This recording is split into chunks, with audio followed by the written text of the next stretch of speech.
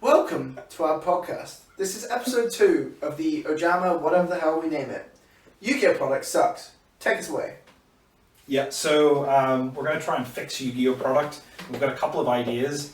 So one of them, I think, House of Jumps always brings this one up whenever he's talking about market watches and stuff. He'll talk about promos. In 2019, the golden age of tins, we used to get promos and the tins were really good. So you had Dark Ruler, you had Nibiru, you had Shifter. 3 cards that have been very impactful in the game and are relevant promos, right? They actually matter and they still matter to this day. As someone who didn't play at that time, that was sort of where I was between the hiatus from childhood Yu-Gi-Oh! To modern, getting back into the game. How long was it before those cards got their promo print? Because I'm aware right now a big issue with the tins is the Would you mean a reprint after promo? Was Nib was the tin its first printing? Yeah. And the same for... Its initial printing was as a promo pack that you could get in the tin. It's a really interesting one because obviously as a child, I remember that the promos for your tins were quite exciting cards to pull. You know, they were these cover cards that were legendary. Yeah, they had like a face. It would have been like Rocket Warrior, like what was it, Guilford the Lightning was one. Like I genuinely think I want... Just showing his age here, I was thinking of Elemental Hero Neos personally.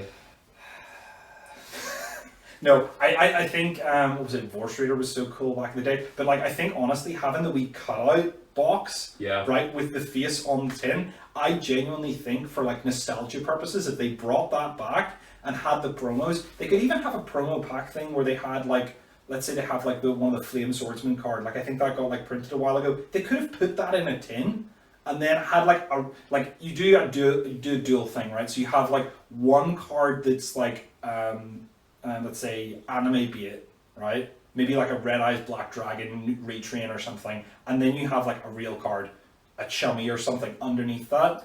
So you have a promo beat for all the anime fans, so that people picking up the shop, oh, I love Red Eyes, I love Joey, I'll pick that up. I got the Nike shoes that they advertised crazy on World. That was wild. But I think that's the best way to go about it. See, I remember that I think my first Yu-Gi-Oh! Card thing I ever bought, I just get random packs, right? And then you just get trash cards in it. But I remember very distinctly getting the boxes with the little, it had the wee plastic window on it, didn't it? And then I remember getting the Rocket Rocket Warrior. There was also a Celtic Guardian one, I think. Celtic Guardian? Celtic? Celtic Guardian. There was also... Don't cancel us! There was also... Awesome. For goodness, it's just... You said it. Murder. There was a Celtic Guardian one, and I think I bought both of those when I was younger. And I remember, I think what caught my eye was the fact that it won. It was it came out, it was, what do we say? It drew your eyes because of the fact that it was a nice shiny tin, and then also there was a little promo sticking out of it, and it was really shiny. It looked cool. I also think it was didn't they have a slight discoloration back then? I swear it used to be a little bit browner or something like that. And the card, it was darker. Cards were different. And it looked really, I just thought that caught my eye, and that's what hooked me in as a kid. That kids are very good at just saying to your mum and dad, just be buy me this or I will scream at you. Yeah. And I think that's a very good market to cater to sometimes. Well, if you want to go even more direct on it, you were presented with this is your card. This is the Rocket Warrior, the Panther card thing. Warrior, yeah. It was shown on the tin, and it was the promo in your tin. You were guaranteed whatever you were buying for. Whereas now you look at this year's tins, where they have the retrains of support cards for Joey, Kaiba, and Yugi on the tins. But I don't even know if they're all actually in the tin. I don't know if the Flaming Swordsman support's in the tin. I think it is in the tin, but your odds of pulling that specifically, if that let's say it's Timmy so goes low. into the shop and he wants to buy the Flame Swordsman card, he's not guaranteed to get it. He has no certainty that he will get it. And I think the idea being that it's if you have a promo in a tin, and I think to be honest, it's not just the tins. You could do promos inside of boxes as well, right? Imagine you buy a sealed box, and then, you bought a sealed box, you get a promo. I know they do LART or the Lost Arts, but I sort of feel they're running to the end of the rope of that. I think what they maybe could do is they know what the chase is maybe going to be in a set, right? You can sort of know ahead of time, and you can just have one of them be a different rarity. Imagine if you could have got a Holly Sue, the Vanquish Soul Holly suit, but instead of it being imagine it's ultra slot normally, but if you buy a box, you get a 1 in 3 chance of getting a secret Holly suit, or another card that's an ultra could be a secret. So there's like 3 slots, and you're like guaranteed to get that as a box. Well, we already like there's 2 parts to this, which I think like they've already shown they're capable of. They already have cards printed in higher rarities for the promos. So I think it was an Archmage card for Duelist Advance. Yeah. So they've shown like the Ultra get bumped. It was a secret. Medius the Pure. Yeah. Went from Ultra to Secret in the promotional material, and I believe the OCG do actually have this to a pretty bad degree. I don't think they do anything good, but they give a promo card. Where you get like a box topper, I think, is it? Yeah, they give like some kind of bonus when you buy boxes in the OCG. And again, it just shows like there's nothing stopping them from just adding a small bit. It doesn't have to be something incredible, but you know, if it was like a staple card or Lost Arts came in that form, that might be a bit of a better incentive to buy boxes. Yeah. And Lost Arts, I actually have to disagree. I think the barrel's quite open in TCG land because we get a lot of restrictions based on how revealing artwork is. Like, you wouldn't think for modern cards it matters that much, but I'm pretty sure we've got the backup Adagnister Lost Art announced because her like the thighs on her what she's wearing were censored in the TCG, but not in the OCG, so they've not got a Lost Art for it, and that's across like Lacrima, the Fiendsmith Lacrima card, the Crimson Tears. She has a TCG censor, so they have quite a lot of those. They could start putting into core boxes to prompt them. Don't ask why I know all this. Segue. Right, so if they like censor cards like that, right? Why Konami is Ash's feet out in every single card in existence? Why is there so much feet, right? Like it's... Hey. But I'm just saying, like, why do they censor that? But then I'm pretty sure Ash's feet are dirty as well. Aren't they like some really? I've not looked that far into it. That might just be a you thing. Whoa. I'm just saying, like, me and Kirsty, like. Like, we looked at it once, I was like, Kirsty, have you ever seen this card? Like, because, you know, you play Yu-Gi-Oh cards because you just know, oh, Ash is a good card, I'm playing Ash for Ash. You don't think about the art, but, like, you show your partner them, the first thing she goes, why is this a child with their feet up, and why is it dirty? Like, that's why Konami fixed this product, they remove the feet. Is that what you're saying? It would help, right? It would help. It would help, okay? Are you, like, putting a segue in this, like an actual segue again? Do you want me to put Segway Joe in again? Segway Joe should come back. Hey, do you guys ever play Happy Wheels, right? This is swear word, beep it. This is a tangent, right? Do you ever play Happy Wheels when you know that's stupid? Yeah. Do you remember the guy on the Segway? I do. He had to have a name. What was his name? I didn't get into the lore, sadly. No? No. Right, well, we'll have him Segway. I'm not going to do that, that's too much effort, but anyway, sorry. Yeah, good. So, promos are a good idea. Let's get back on topic. Yeah, because I think it's certainty, right? The idea being that whenever you go to buy a product, you want to know what you're getting, so that there's some level of, I definitely will get this. So that there's a base level of value you can assume it has. I think the key, though, is also that it has to be a useful card. I think you could have promos and them actually just be completely...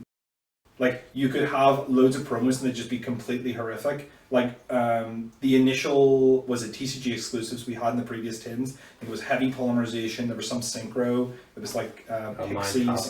Yeah, something like that. Sorry. I'm talking about like the previous year's tins, the 2024 ones had heavy polymerization and a couple of other things. Was that relevant back then? No, it wasn't, but the thing is though, Nib, Dark Ruler, Shifter, all 3 of those were sort of guaranteed to be relevant. I think Shifter was maybe the one that everyone saw as the weakest, but ended up being the strongest, just because no decks could play it at the time. Like, they hadn't built Flu, they hadn't built like any of these, they hadn't built like Vanquish Soul or anything at the time. So whenever decks looked at those, they're like, oh, I don't want to call off my own graveyard resources, so I'm not going to play Shifter, but I can always play Nib, or I can always play Dark Ruler. But that's why I'm saying you probably want to do the double sucker punch of, you need anime bait card and then also a good staple. So whether it's a reprint of a Chummy or you make a new card, that's maybe something even as simple as like a Metal Tronus like card. Imagine if like Metal Tronus was first printed in the tins as a promo. It has a nice high rarity print, it comes in the tins, and the tins, whatever price they are, let's say they're £24 or whatever it is, that will be the absolute minimum that the price of that or maximum that the price of that card can be, because it can't obviously exceed the price of the tins itself. Yeah, versus the current model, which obviously you open a tin, your chase card is Molcharmi Purlia, I believe is the chase card right now. It's that or Ojamas. There's like 6 cards that are all like the value surpasses the tin though. Molcharmi's still on eBay listings because we're in the UK. Listing for £32. The tins cost £20. Yeah. So you're trying, like, you can make profit on them, but then the other side of that is, you know, I opened a tin. I got Rescuous Hydrant. That's a cool card. That's worth £2 as a Starlight. I got Shining Sarcophagus. Didn't even Google that one. Don't think it's even worth a penny. Don't think someone would buy it off me if I tried to give it to them. Yeah, no, it's bad. I think House of Champs actually did, I think it was a breakdown on Twitter he actually did, where he looked at, what was it, Molcharmi, I think it was Purlia, and it turns out that it's actually better to buy the set that it was initially printed in than try to buy the tins and get it out of that. Yeah, or the reprint that it got in Maze, which is also like apparently short printed. But the reprint in Maze is sort of like, Konami seems to do this thing where they do like a fake short print, or a fake reprint after the print. Yeah. So it has its initial print in a core set, it's a secret, it's around £50, let's say, because it's a good card. Then it sees a lot more play, it sort of trends upward, goes to about 70, and then we're getting close to the tins, it sort of falls off a wee bit, and then tins happen, it drops. But you can have another window in the middle of that where you'll have, it's like fake reprint, where everyone drops the value of it a wee bit, and then it turns out, oh, it's short printed, or oh, it's just not actually that good to get in the set because there's so many other cards in the set. Or the set's not good enough to actually pull from, so it's not opened very frequently. Yeah. And then for the the amount of copies that flood the market is lower than anticipated. The example of this is obviously the Duelist in the Deep. Whenever you were around at that time, I don't know if you started at that I know point. Droplet was reprinted in that, and the set was abhorrently bad otherwise. Yeah. It turned out Nash Knight was actually in that set initially as a super. That's where it first got printed. I did a buyout off it, and it got reprinted in Josh. Yeah. Which was I definitely think, obviously, so we've sort of all in agreement here that promos are the way forward in terms of like tins and even maybe core set products. Yeah, I even don't mind as like a closing note. The promos that they're giving us new cards in the tins. I don't mind that they're not the most like playable cards initially. If they like could scale into use, like Heavy Poly is a good example if it wasn't really good. But now Lunalite obviously have been sideboarding it in the current format. DDD I think are able to sideboard it as well in post-Doom Dimensions. I think the Princess that we got as part of this year's tins, that's a Chaotic Elements target, which is theoretically playable in some decks, and if there's more Unchained style strategies that pop their own cards to get benefits, it works there. As well as some other like niche situations, but I don't mind if the cards have to scale in use. It would just be nice to have the guarantee that those cards, you know, are in your tin, rather than, okay, I'm buying a secret, and let's say the Purlia that I want is reprinted in a secret. Well, I could either get this new promo card that I want to have for future, or I could get the card I'm chasing to get value out of the set. Having those conflict feels pretty bad. Alright, what else we got then? So segue Andy here. No, we'll go into just talking about like the OCG model and stuff. In terms of like, pretty big. Are you guys aware of what the OCG model actually So is? that's why I was like slow to like introduce the next topic, because I don't really know what the OCG model is. Like, right, okay, get us down. I'll explain the basics of it. Essentially, lots of Yu-Gi-Oh players are sort of like, Rarity Collection was so great and wonderful, why isn't every set Rarity Collection? Yep. Okay? The problem with that is the tins are always sort of seen as a better product than every core set throughout the year, right? Because they're a collection of all the sets that year, and sort of it does this half sort of segue where it steps 1 foot into last year and a foot into this year. It's just how the tins fall. But the tins are a collection of all the good cards that have been printed throughout the year, and then they're all in the tins. Okay, based on the ratios, the tins are either good or bad. And if you look at Rarity Collection, you're like, oh cool, every good card from the existence of Yu-Gi-Oh's start is now in this product. We're now going to milk and squeeze all the value out of it. And that's why Rarity Collection has been so good, is because it's got so many good cards in it. And then it's sort of like you can open it and it's like, oh cool, every single pack has a playable card. Yeah. And they're all in reasonably nice high rarity prints.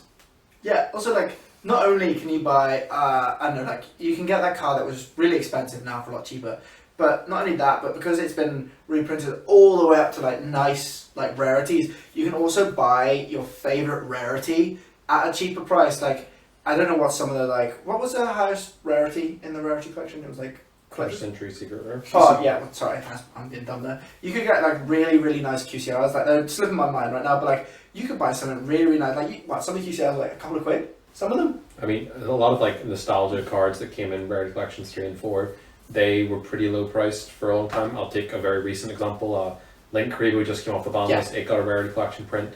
It was sitting around the £7 to £8 mark in the UK when it was on the ban list. It's probably spiked now because it just came off, but that's a good example. Like if you want to get nostalgia cards, they're all pretty cheap.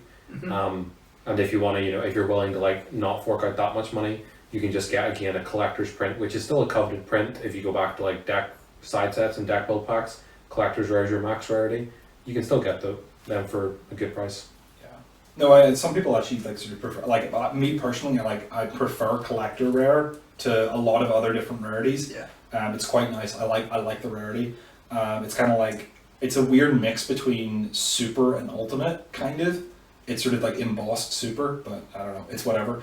But the point behind the OCG model is it will have in its main core set, it will have all cards at loads of different rarities. So you can have a card, let's look at the most current set. SP was like, everyone talked about this when Age of Overlord released over here. SP being the cover card, secret rare print for us, and a QCR print. But in the OCG, SP was a super rare you could get. And a lot of people were even trying to get copies of Asian English or Japanese super rare SPs because even importing them over was still cheaper. And it was just unreasonable to say because the secret rare held a £60 price tag even into its first set of reprints. I think, yeah, so it's like its first set of reprints, it still had 60. I think it like peak, it was like 100 or like 80-ish. Yeah, on initial set release, as soon as the card came out, it was like £100. I know the QCR went to £400 at one point. And that was just a staple because again, you were playing multiple copies of the card in certain decks. I think Infernoble Snake Eyes was one of the decks playing multiple. Yeah, it would bridge through like two of them. Wanted like one of them as like an importer follow-up piece, and then needed to bridge through some of them in some lines.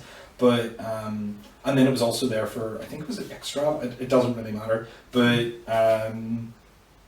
there's a number of different people who are talking about this and sort of saying, hey, look, so the OCG model sounds all great and wonderful. The problem is you're still technically doing the same thing that everyone's complaining about, which is you're going to pay however much for a box, right? £60, let's say. You pay £60 for your box, and you're going to pull less than £60 worth of product. And I think that's a fact that will just always remain true. It can't be any different. Now, you can have a scenario where you will high variance, right? And I think what we're trying to get across is something along the lines of, we want the variance to be slightly less on the bad end. And if that means curtailing it on the high end a little bit, that's fine. But it should be something like you pay £60 for a box and you get £40 worth of product, right? If you wanted to resale it, and then maybe you can high roll and get 80, but you don't high roll and get like 300 is maybe it. Or maybe it like has to be a scenario where it's like, does the low roll always have to be £20 or even less? Well, maybe like, £5. I'm going to go back because it's a set I did chase a fair bit for, was Age of Overlord. Sure. And I think it's also a really good example of bad TCG set rarity distribution, and where it's hard because you obviously want vendors to also get something out of this. Vendors need to have a reason of why they should open 10 cases of product and then sell the singles so they can make some money back. Age of Overlord was a good set for that because if you pulled your SP online, the box is already covered in terms of cost and you've made some profit. If you pull a QCR SP, you've made quite a lot of profit. You're a happy player.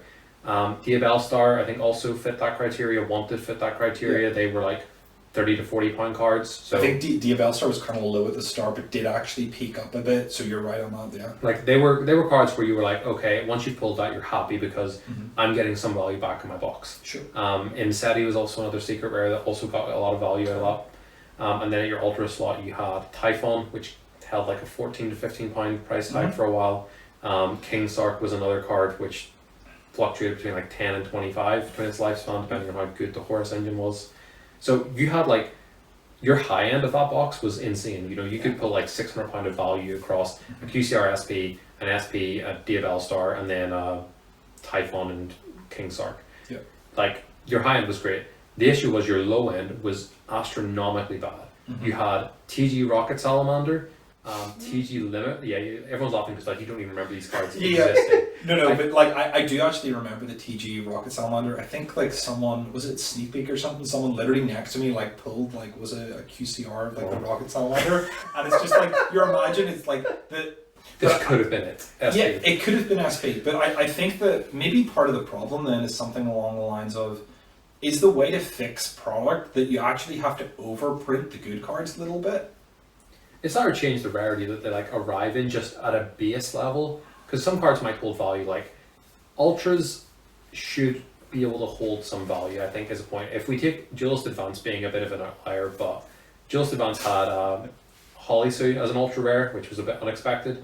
But that card managed to hold like a nice £20 price tag as an ultra rare. But because you only get 4 ultras in a core box or 2 secrets, I think that's the issue, is that you're so limited in the count that all those cards now become, they become more expensive just because the limitations. What do you think like the high end should be? Should it be like the, I know, but should the highest value card in the set be like £60 or like the price of a box? And then like, what do you think the lowest value secret rare should be? In an ideal world, I think your lowest value secret should be at £10 over here. I think that means that you're at least, you get 2 of those, you've at least recouped a third of the price of your box every time you buy a box, which it's a loss and it sucks, but it doesn't feel horrendous. The low end of Age of Overlord was, I have literally opened £5 worth of cards. I have lost £55 of my box just by opening it. So it didn't even feel good. And it was a box where as well you could hold it sealed and sell it for more because it had a short print cycle. So you need to have like a bit of a better balance on the secret rare distribution, and that could have come in different ways. Like there was more engine pieces, like if Happy was printed as a bit of like a higher rarity card or the other Horus cards, you could fix the distribution that way. I don't think everything should be high-ended. I think another balance list should be, we should probably get more of like the secrets and ultras in sets, which is maybe a bit of a tangential point, but I think side sets do a good job of set distribution. You don't open a side set and never feel bad about your box because you're typically getting cards that are worth value. Justice Hunters is a great example. You open that set and I think like the lowest value card you can get is like Lupus, because it's a one-off in most builds, and it's still held about a £5 price tag, or £5 to £8 price tag for a while. That's quite good. You're getting 4 cards like that. But most of your high end was sitting around like the £5 to £10 to £25 mark, Izuna being the high end of 35. So most of your box, since you got 4 ultras and then had a chance for collectors, you were getting a decent return on it. And from some vendors I spoke to, they were happy opening that product because it seemed good. So I think that's like the side set model is something we should aspire closer to for core sets. Yeah, see, my big one is like I really don't like buying product personally, because when I say buy product, more like sponsors, don't listen to them. Sponsor us. I don't like buying sealed sets. products. Yeah, sealed You're products. not going to go into locals and buy a box. Yeah, because honestly, I don't find it worth the investment, because I'm just going to pull random guff like the Salamangreat secret, and it's like I'm not wanting that. I'm chasing other cards, and for me, it was TG Salamander. Whatever it is, right? To me, it's just not worth the investment when I could just wait a little bit or try and time it right and go on card market, sponsor us, and we could go on card market, and you can just buy it off there, and I could pick up like loads of cards that would I could pick like 4 or 5 cards that would equate to me buying some of the set, and I could have bought that set and not gotten anything of what I wanted, and probably not got resale value. Obviously you could have got some good stuff, but it's not worth the risk for me, if that makes sense. So that's my big one, is they're not selling enough of they're not putting enough of the good stuff in there that we're likely to see of it, personally. No, I think your point's like true and valid, and like obviously if you want to pay the least amount of money for your hobby, that's fair enough. But I think that there's a YouTuber, Sonny YGO. He's really good. Go sub to Sonny. He's great. Mentioned.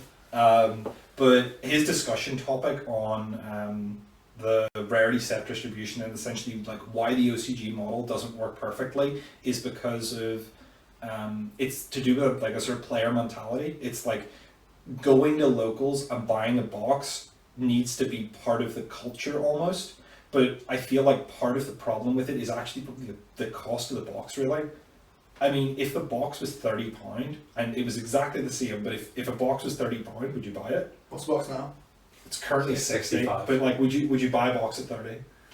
You know what's mad about it? When you said 30, I thought that was extreme, to be honest. So 60 quid? Shows how often I buy boxes, but I mean, yeah, well, it depends. If I'm likely to get 30 quid out of value, I would be more inclined. So if bottom line, right, put it this way, right, if I knew that the minimum I was going to get out of that box was 20 quid, I'd be fine with it. Like, losing 10, you're a bit miffed, but then on other boxes you might get 40, it might even out, right? But the fact that I could probably, or at some boxes you could get maybe 10 quid, I'm just kind of like, losing 20 quid is just a bit of a sting. But 60, probably getting 20 quid, losing 40 quid? Nah. You can tell the mentality difference if I said, if I got 20 pound out of 60, I'd be happy most of the time. Yeah. But I think it's maybe then down to how much you can sort of afford to spend on your hobby. Is kind of the gist. Well, it's like, if you have enough money to be able to say, hey, look, I can set aside, like, how many sets come out a year? Maybe there's a few too many sets that come out a year. So if there were sort of less sets a year, and you felt that your investment was going to last longer, so you're putting money into a product, and you want that product to do well and the set to last long in terms of the metagame, it's like, you know that X, Y, and Z tournaments are going to come up. You're going to go to those tournaments, and you're either going to be able to trade these cards with other players for other cards of value that you want, or you can then vend them online, sell them online, or even have friends or whatever, and you like trade them amongst friends. But I definitely think that having a scenario where you're always going to have the scenario that you're always going to lose, right? Majority of the case, because otherwise the product doesn't make sense. Yeah, you can't always make money on a box. If I open a box and I'm guaranteed more than £30 and the box costs 30, that doesn't ever make sense, and Kyle will never make money. So. Which is better. I'm just stingy, right? And like, the money I put into my hobby, I actually want to see it. Like, if you know what I mean. I think there's a lot of people out there as well that, like, it's a very expensive hobby. Like, there's a lot of cheaper ones. Like, I mean, like, I don't know, what's a cheap hobby? You could be really good at making sandwiches, right? Sandwiches could be a hobby. That exists, right? So people could buy ham, cheese, and bread, like buy a nice George Foreman. I don't know. Like, dude, you could. Football is like one of the most There you popular go, things right? people do over here. How much is Sky Sport, right? Sky Sport. I was talking about playing. Playing. Go outside. You buy a football, which is like, it's a tenner to get a football. Go outside. There you go. Kick a Telling ball. you football. So I don't know, but like, no. I think Joe makes a good point. You You've said enough. Joe made a good point. I have one valid point, right? Like, the next one is also, it's not just, you might say there is another slightly other things. You could get 40 quid worth of value out of the set, but then in like, you're so unsure on the can we ban list. Maybe 2-3 weeks later, ban list, and then I don't know, your card could become null and void, or it could become a lot less because I don't know. Everybody, like right now, everybody could have picked up VS thinking that it wouldn't get hit by this ban list, which is fair enough. But then, yeah, like you're picking up for Lil, right? I do think they made a bit of a contingency, and they've done okay in a lot of ban lists where they haven't nuked a deck in a short time frame. Like Ryziel Miles got hit on the ban list after their release. Yeah. They weren't nuked out of playability, but they were neutered. VS, they were very specific in that they didn't hit any of the new cards or the K9 cards. Yeah, they didn't hit K9 at all, and they didn't hit Holy Sue, right? Yeah, so from their point of view, they're like, bridged. Yeah, but it's kind of a lie, really. It's like, it's one of those things where it's sort of like, to be honest, it's like, if I take all the tires away from your car and I say, well, I've only diminished its value by a small, but it can't move now, right? But like, essentially, if you take out Staker, Soul, and Raisin, the deck's value goes through the floor because its playability goes through the floor. And maybe part of the problem is that Yu-Gi-Oh cards only have value in the sense that they're playable. Like, I heard like a discussion about like Pokemon cards. Like, there's loads of Pokemon cards that have really, really high value as specific collector items, right? And I know they do like crazy alt arts and all this sort of stuff. And I think that's like a different topic where it's sort of like, do you think like alt arts would be good for Yu-Gi-Oh? Like, what would you think like full arts? Or well, full, we like used you to could have have alt like arts something and full similar, arts. and we've got one. I don't know if the camera's picking up, but we have one like in the binder there. We used to get in core sets and side, I don't know if it was in side sets too, but you didn't just get, you know, your rare, your super, your ultra, your secret, and then now we have starlights coming back. You actually had like chance for multiple different rarities of a card, so you could pick up the rare if you wanted, or guess what, Veeler got an ultimate rare as well. Yeah, so, card. But I think the difference in that would be something like, to equate that to a modern product, it would be the card is printed as a super and it also has a starlight, right? That would be the equivalence of that. So the idea is that everyone gets Magnamut at super, but it also has a starlight, right? And Magnamut is probably the good example actually, because it's really, like in the tier format it was played in Darkwing Blast, that card literally was like £5 as a super. Yeah. As a super. And it's like, right, okay, that's kind of crazy. I remember thinking that at the time, like, that will just fall, but it never did. But no, I think having a low rare and a high rare will do two things. It bumps up the super, right? Because it's such a high demand card, it'll actually pull up low rarity things into things you care about. And the high end of the set still exists, right? You can still have the super... You can still have the crazy box where you get an SP Little Knight and it's like, this is worth a whole case. Yeah. Right? Which is kind of what you want. You need that pull factor to allow the whales who want to spend loads and loads of money on the game to essentially, I don't know, communism for Yu-Gi-Oh! Where you sort of like, you have like the whales and then they allow everyone else to have cards that are like at cheaper prices. Because they own so much product that it then gets into rotation. Right. If you didn't have that, then you wouldn't have a scenario where you have the prices go low. Like, imagine if SP Little Knight was only its secret and didn't have any other prints, and it was like initially printed and it's in every extra deck. The card is probably maybe £200 or maybe even 150. Like, it was 100 with a secret and a starlight. But if all the wheels can't get that, then they're just going to have to buy a secret too, and that pulls a load off the market that would otherwise exist in this higher category. Yeah. Yeah, I think that is a fair point, but it's something I would like. I think for the casual player, that's where they might need to like fix the market of. And this would be good for anyone who like attends their locals to comment on. If you go to your locals, do you buy a pack ever? Just on a random night. I have an enabler at my locals, a little man called Christian, who just incentivizes people to buy packs because he enjoys like the art of opening them. But Yu-Gi-Oh! Packs, compared to other card games, suck to open packs for. Yeah. Because you know how bad your odds are to get something you actually care about or want. Just Hunters, again, fix that a bit where it's like, if I get an Ultra, it's probably playable, which is nice. But Yu-Gi-Oh! Players don't have the culture of, if I'm playing locals, I might just buy a pack. Like, I can just buy a pack and I'll enjoy the experience. One of our friends recently started playing Gundam, and he actually just said to me, he really enjoyed opening the product, which felt very foreign because he's played Yu-Gi-Oh! For years. If it was just such a different experience, there was actually a reason to open the product compared to Yu-Gi-Oh! Where, you know, if he was playing Malice and Alliance Insight comes out, there's no point buying Alliance Insight. You buy 3 March Hare and you go and your backups and your Wizard and you call it a day. You shouldn't be chasing the set.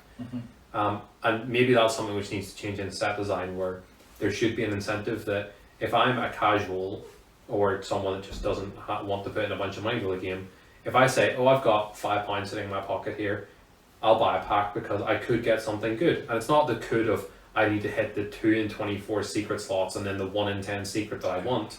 It should be I have, you know, maybe like a 1 in 8 chance overall that I get a playable card. Something like that. I think that's like something which Konami needs to change set design so the culture builds that players want to buy a pack every so often. Do you think you need to build it so that there's more secrets in the set? You haven't got the talking spoon. I have the talking spoon. Sorry, Carl. Speak your truth. Right. You go ahead and interrupt. Sorry, I'm not even. You're interrupting. I'm ready for like the Naturia comment on. Back when Naturia came out, they were all. Don't tempt me. Your rabbit hole into Naturia. That card should have come back on anyway. I also different think video. Different video. Video. Yeah. Old video that we did, and what, we're all wearing the same clothes? What? No. But so another one is like certain things they could also do, like to bring across like Macedon. I'm kind of like moving on a little bit there, but like I can't remember if someone's done this before, but there's QR codes that you can scan. Pokemon, that's it. they scan QR codes and then you can get the card, like you get a pack on the game. Something like that could easily be done for Macedon. Now, I don't know if it would be worth it for them because they might find that they're losing money because then you're getting 2 packs for the price of 1. But at the same time, for people like me who are really stingy, it would make it a lot more worth, like, that's, like, going and playing Macedon as well. Because, like, that's the problem I find with Macedon is, like, I will play the game very, like, hardly at all. And by the time I have enough to craft a good deck, the deck is no longer relevant and I've just lost loads of gems. Whereas if I... Is it gems? It's gems, isn't it? Yeah, that's how... Often it's been that long. Yeah. Whereas if I'm getting packs and I know there's a chance every time I get a pack or like a tin or then comes with a certain amount of packs and I might be able to get it on the game as well, that I'm getting so much more gems or ability to like craft in the gems and stuff that it might be worth it more because I can get a longer life out of my decks maybe. So to me, something like that would interest me more in packs. Like I'd be feeling like I'd be getting so much more value, and also like that comes to the opening product. You get 2 chances of hitting better odds and enjoying the product more, and I think that's pretty good for me. Right, you can have a talking spoon now. Thank you. No, I think your earlier point about essentially it's ratios, right? Yeah. You need like more cards that you can pull that are good cards, right? Maybe you have a random thing where it's like, oh cool, in a box, you can just have a random chance that a common can be any card in the set. So it can be a common. It can be, you can open a pack with 2 supers. You can open a pack with a super and ultra.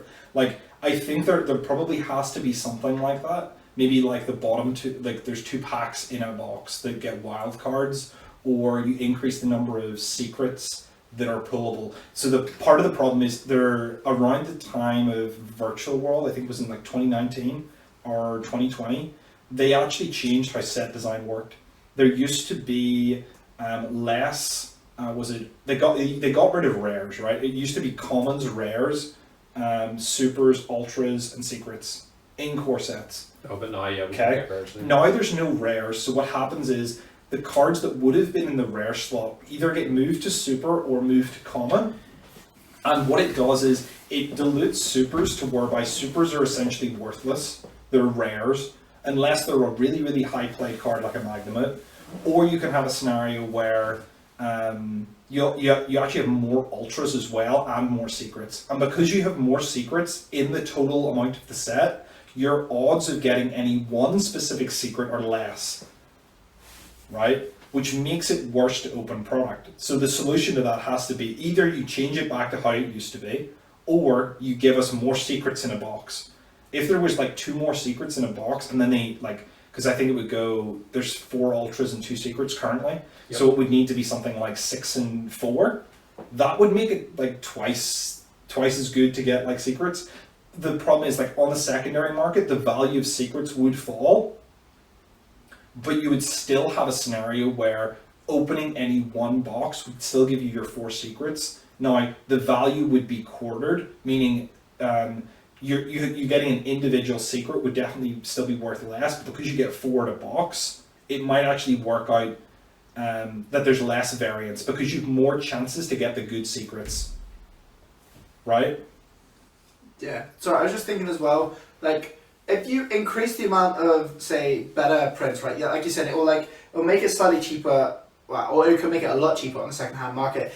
But like, I think that would be better for Konami though, because surely Konami shouldn't really care about the second-hand market. They should be caring about selling the product realistically.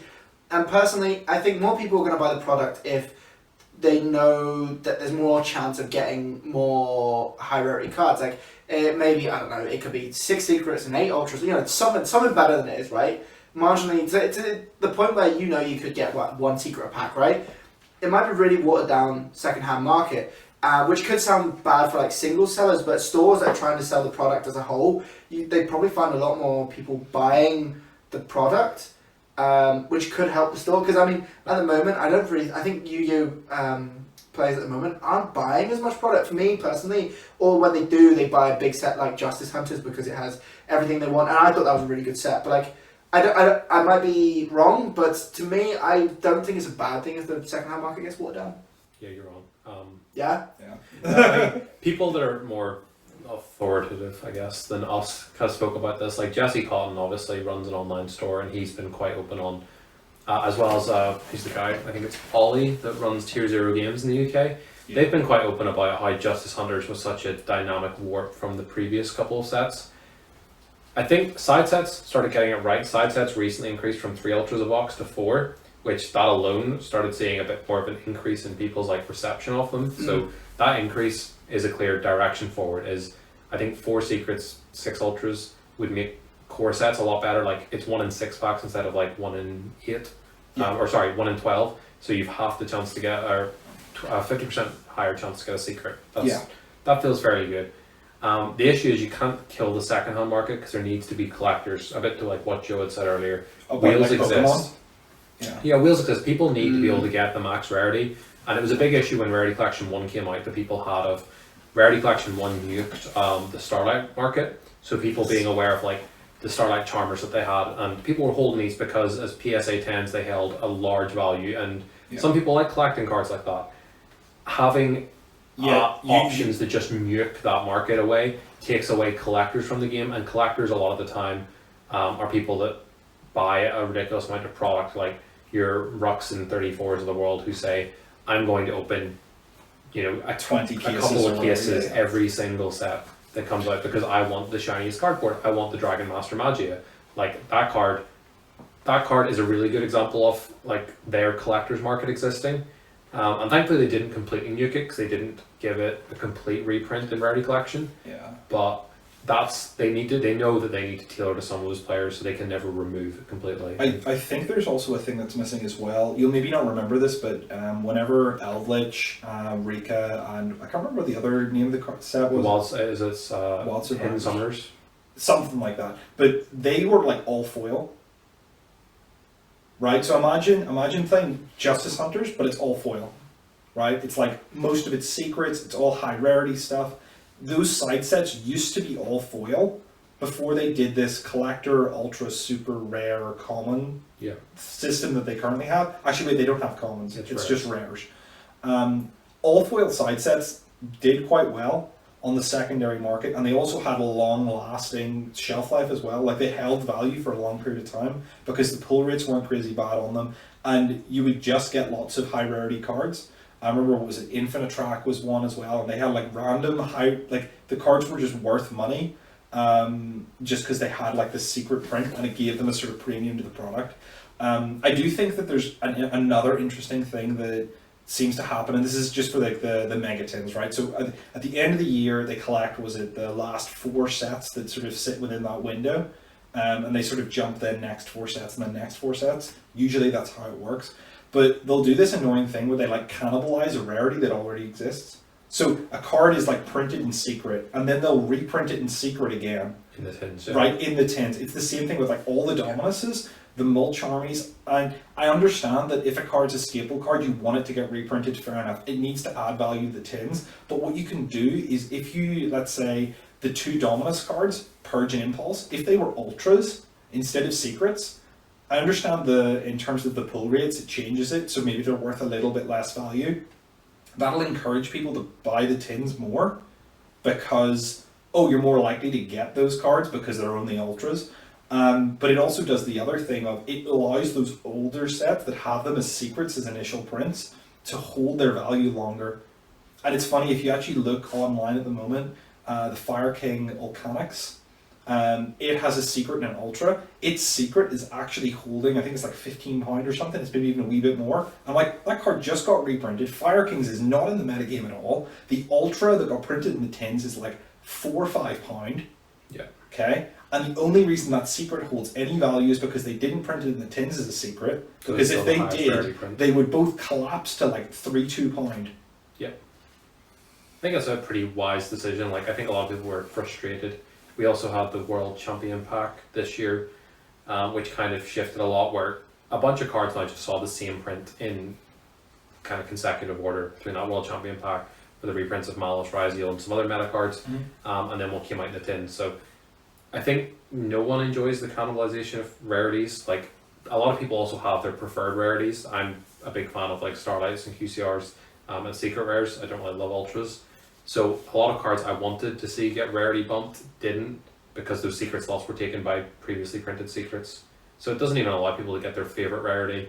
And most of the time it should be secrets go down rarity, which makes it a more accessible print for players that don't want to, fork out the £50 on release for Brilliant. Yeah, like bumps and then down votes as well. So that you would have a scenario where card is originally printed as an ultra, like for example the Fenrir. Fenrir was a perfect example. Printed as an ultra initially, and then it goes up to Prismatic Secret. Yep. Okay, that's a perfect segue. But Mseti was printed as a secret, stays a secret.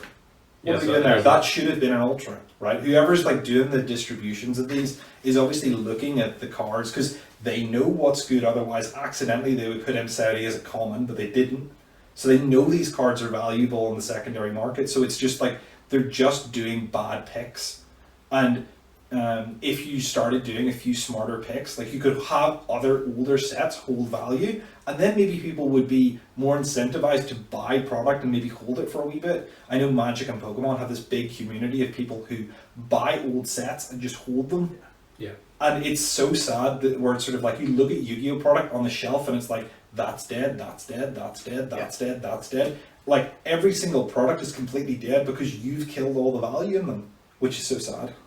Yes, anyway, no, we just said, Joe, this is your biggest pet peeve. OTS packs. You hate OTS. Well, not hate them. You hate them. I love them. I love what they could be. Yes, could.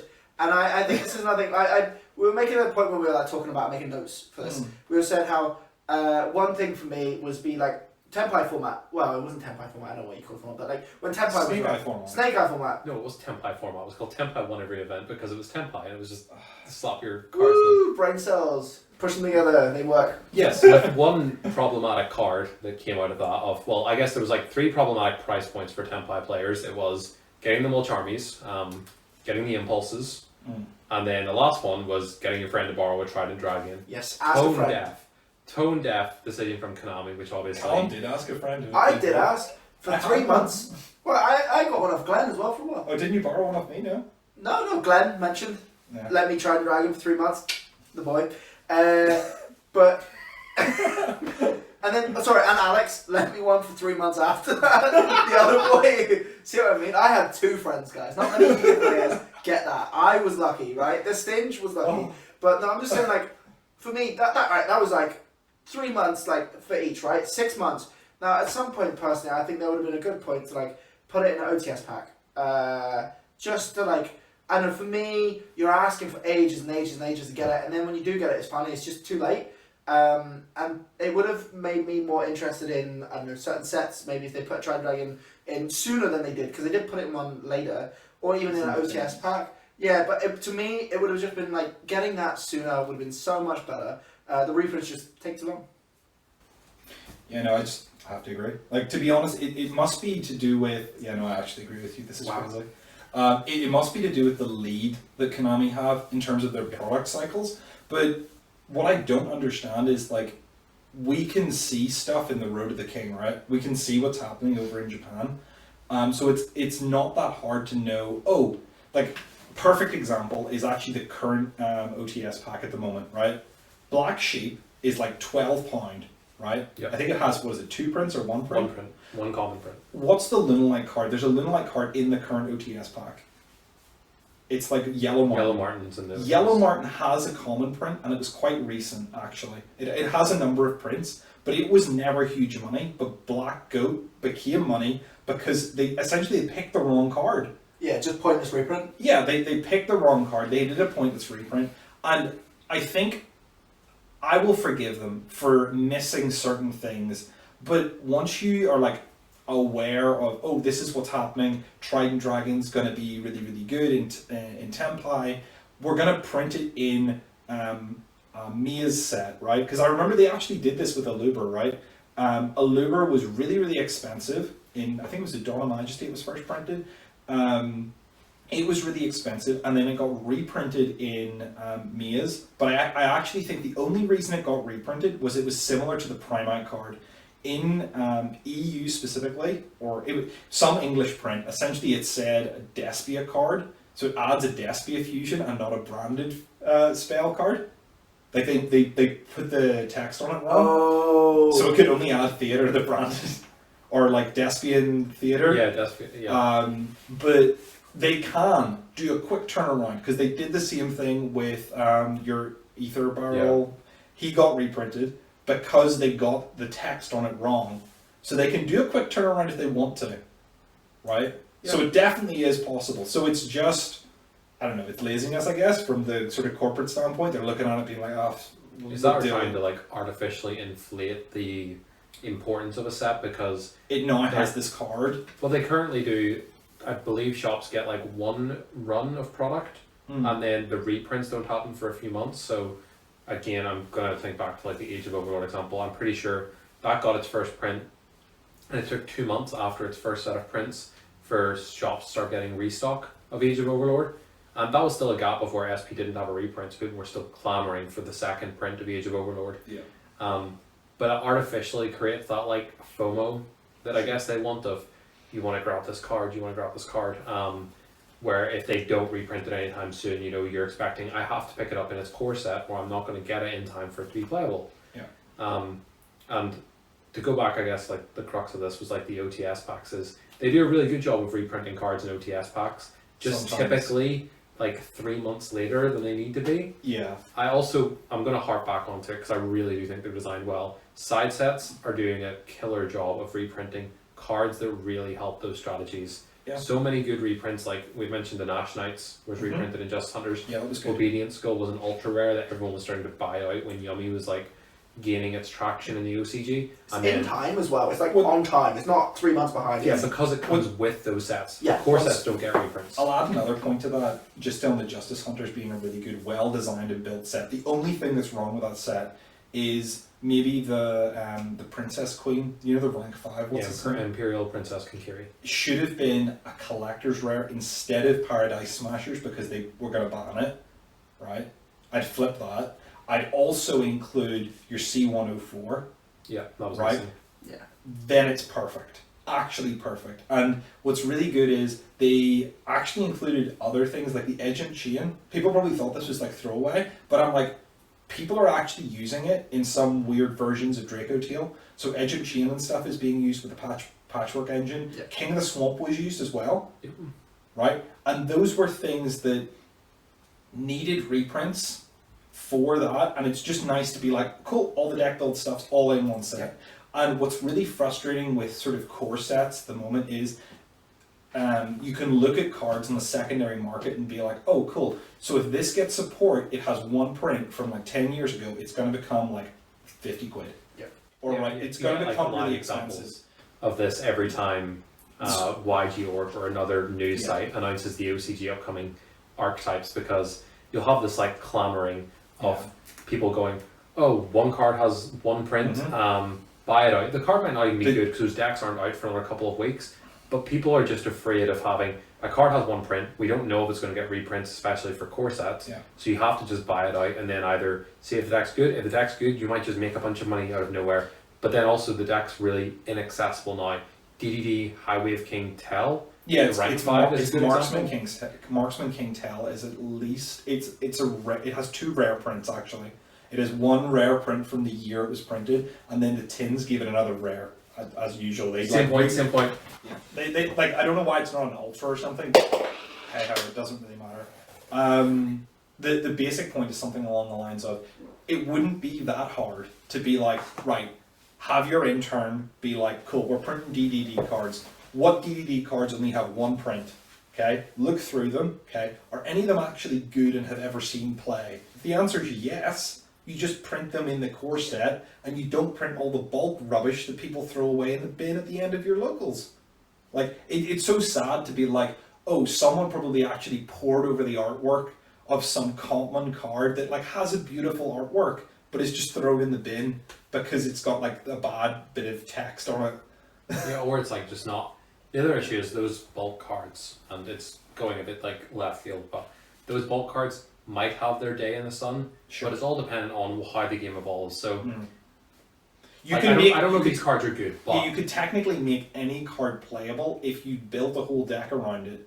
Like, you can force any single card. We can make Ojama Green the best card in the game, right? We just have to print an extra deck monster that is a Zeus Ojama. It goes over the top, it attaches the top 10 cards of your deck to it, and then it's like a Zeus, but it's detach 1, and it's a quick effect, and it's not once per turn, right? Cards actually insane. Colin would edit, and it would just be Zeus, but with green pilots up. Like the head is just...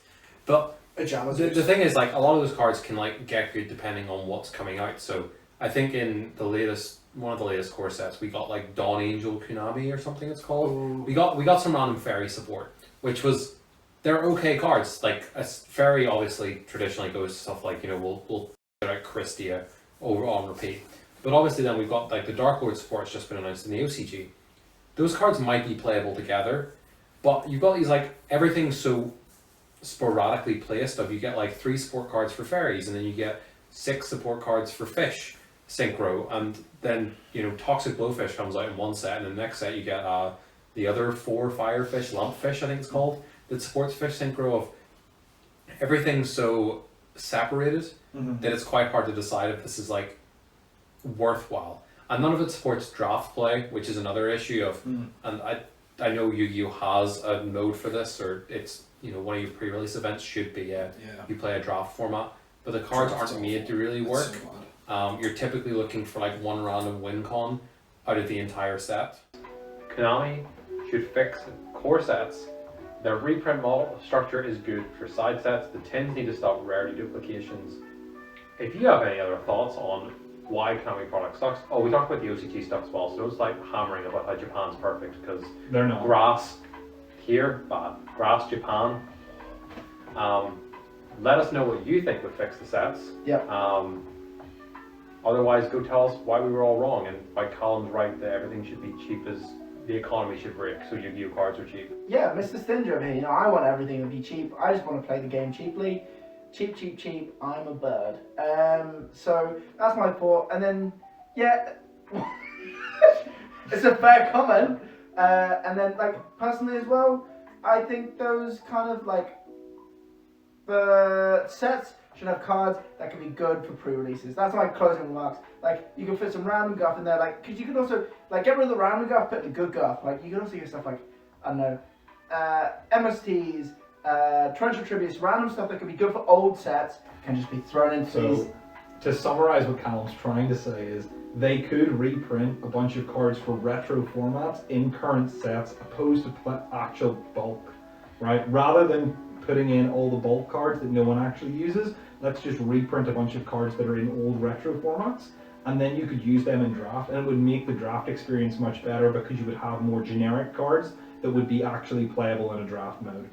That's it. This is my ADHD translator. I appreciate that is our closing remarks. Thank you for joining in on whatever we name this, episode number 2. True. Hey, just a bit of a sidebar. When we recorded this video, it was pre-Genesis, so just leaning off of Joe's last point there. Like when we were talking about reprinting guff, I guess you can now, like good guff, we can now include like Genesis cards in that concept. Funnily enough, we have seen, well, previous iterations of that happening. Random cards are probably actually could be very good. And decks that could be very good, like when you saw the likes of Archmage and the new Mystical Space Typhoon, they looked pretty poor, but now they look a lot better for a format like this. So looking back now retrospectively, you can see all these kind of cards coming into place for this format. So looking at these sort of things, that kind of solves some of the issues we've been seeing, like we were saying, how it just seems like a lot of random rubbish. Now we actually get some random rubbish for Genesis, which is actually kind of good. So moving forward, if they're following this pattern that they've kind of done with the Radiant Typhoon stuff, that's pretty good. And if they add in more Genesis cards on top of that, like the generic ones, like there's that new Forbidden quick play coming out soon, well, at some point, and then just like random stuff like that, and final Bringer of Destiny, the Wii Pop card, the stuff like that, I think could get put into that pile, and that is a step in the right direction. So they are taking good steps in that regard. So ultimately, it looks like it's shaping up to be a little bit better already. But yeah, this is our takes on what we think would help the market, basically, and what we would like from product. Thank you very much for paying attention and listening in, and see you next time.